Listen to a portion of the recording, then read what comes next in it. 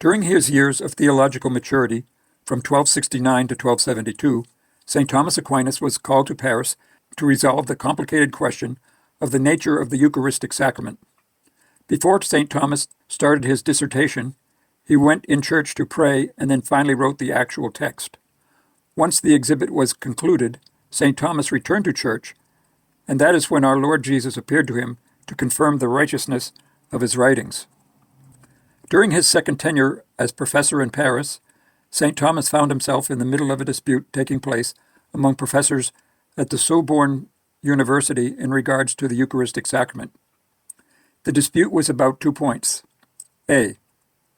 If the senses perceive the presence of the so-called accident, such as color, taste, durability, and quality, it would be the concrete extension of the true and real Eucharistic bread and wine. And B. Faith confirms in the sacrament exists the body and blood of Christ, which is in apparent contrast with the former theory. Parisian theologians were clearly divided between the objective theory and the value of faith. They decided to ask St. Thomas because they already had the opportunity of experiencing his philosophical intelligence and his theological sanctity.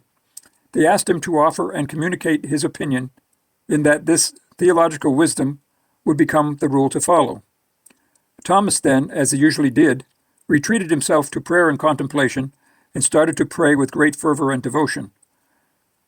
Soon after, he quickly jotted down in writing the least amount of words with the most precise clarity possible, what his mind was able to understand, and what the Lord inspired him to write. He returned in church, went to the altar, and laid down his written answers under the crucifix's eye and prayed. Quote, Our Lord Jesus, actually present and forever present in this blessed sacrament, I am asking you to help me understand your truth, and to be able to teach and confer it without any possibility of errors. So I beseech thee, O Lord, to concede me this grace. If the things that I write about you, and with your blessing are true, make it possible for me to say and teach them publicly.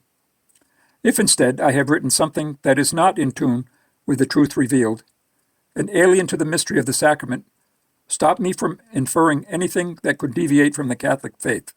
Unquote.